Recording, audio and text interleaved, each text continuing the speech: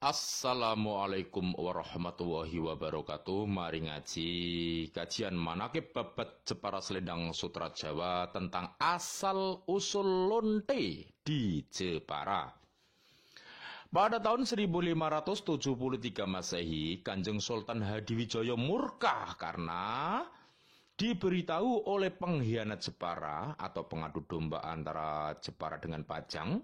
Pengkhianat akhirnya dihukum oleh Ratu Kalinyamat di sumur Upas Kota Beda, tapi keturunan pengkhianat dijadikan murid Mbah Safin Desa Kerso agar berubah menjadi baik, tapi akhirnya mengkhianati Mbah Safin dan keturunannya.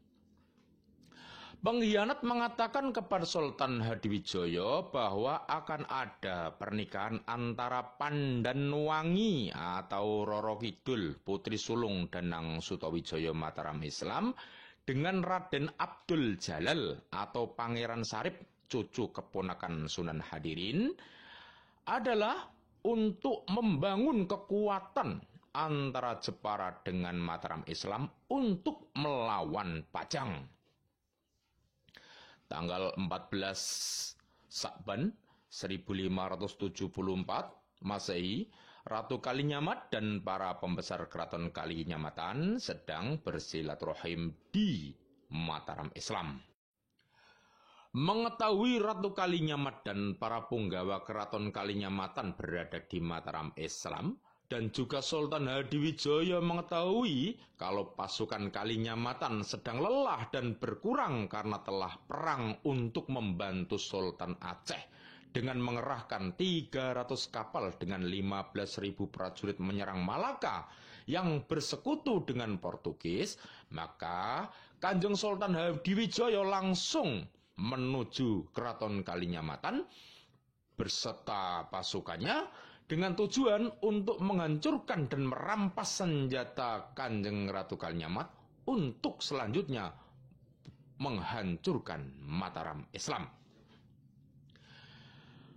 Pada tanggal 15 Sa'ban Maghrib, karena pasukan Kalinyamatan terdesak oleh pasukan Pajang yang akan mengambil semua senjata termasuk amunisi dan mesiu dan juga bom yang nantinya akan dibuat untuk menyerang keraton baru milik Ratu Kalinyamat bernama Mataram Islam, maka Telik Sandi Kalinyamatan yang bernama Rizani meledakkan gudang senjata menggunakan obor yang dikenal dengan nama Tragedi Baratan. Karena Kanjeng Sultan Hadiwijaya gagal merebut senjata keraton Kalinyamatan untuk menghancurkan Mataram Islam, Kanjeng Sultan Hadiwijaya mengutus putrinya yang sangat cantik jelita bernama Sri Sekar Arum. Sri Sekar Arum ini anak hasil pernikahan Kanjeng Sultan Hadiwijaya dengan Nyai Talak Bronto Sleman, Yogyakarta, untuk memastikan keberadaan Kanjeng Ratu Kalinyamat di mana. Demi bakti kepada orang tua dan Kesultanan Pajang, Sri Sekar Arum pergi ke Jepara. Di Jepara berpura-pura berguru kepada Sawitri atau Sentono Sekacer yang merupakan anak angkat Kanjeng Ratu Kalinyamat. Dan Sri Sekar Arum mengaku kepada Sawitri bahwa ia berasal dari Desa Larangan. Desa Larangan saat ini menjadi Desa Kerso Kedung Jepara.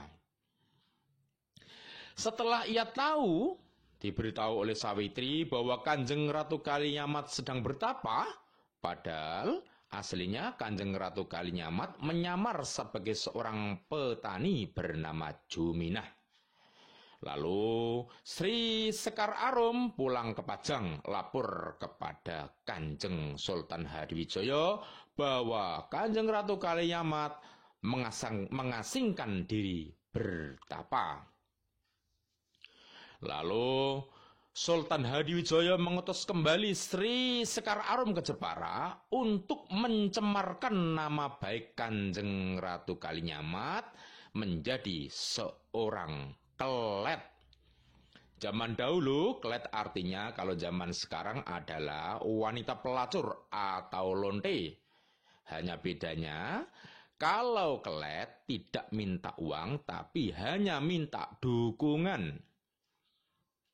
Tiap ada laki-laki di Jepara, Sri Sekar Arum merayu dengan berkata bahwa ia adalah Kanjeng Ratu Kalinyamat yang sedang kehausan belayan pria karena telah ditinggal mati oleh Kanjeng Sunan Hadirin.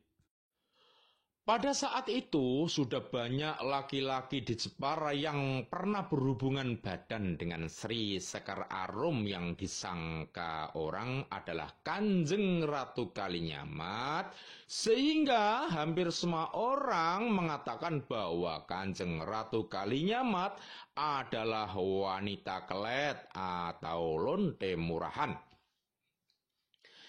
Rakyat Jepara tidak tahu apakah yang jadi lonte itu Ratu Kalinyamat atau bukan, karena adat-adat Asor pada zaman Kesultanan Kalinyamatan, seorang rakyat tidak diizinkan melihat wajah ratu. Jadi, pada zaman dulu, kalau ada Ratu Kalinyamat lewat, semua rakyat Jepara menundukkan wajah dan menyembah dengan cara mengangkat kedua tangannya ditaruh di atas kepala, dilancipkan, yang artinya patuh pada ratu. Dengan dukungan para pria hidung belang dan dari Sultan Hadiwijoyo, Sri Sekar Arum mendirikan kerajaan baru di Jepara dengan nama Kerajaan Kalingga Baru. Lalu ia menamakan dirinya Ratu Simo. Namun kabar tentang kelakuan Sri Sekar Arum akhirnya didengar oleh Ratu Kalinyamat yang sedang menyamar. Pada hari Rabu Pon, bulan Maulud tahun 1574 Masehi, Kanjeng Ratu Kalinyamat mendatangi Sri Sekar Arum. Setelah ketemu, Kanjeng Ratu Kalinyamat langsung menyumpalkan ontel atau jantung pisang emas ke mulut Sri Sekar Arum hingga tewas. Jasad Sri Sekar Arum dimakamkan di Desa Kelet, Jepara dengan nama Makam Simo atau saat ini dikenal orang dengan nama Makam Mbah Mudin.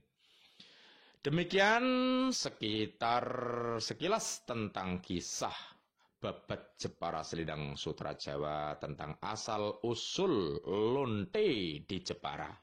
Kita ketemu lagi dalam kisah yang lain. Assalamualaikum warahmatullahi wabarakatuh.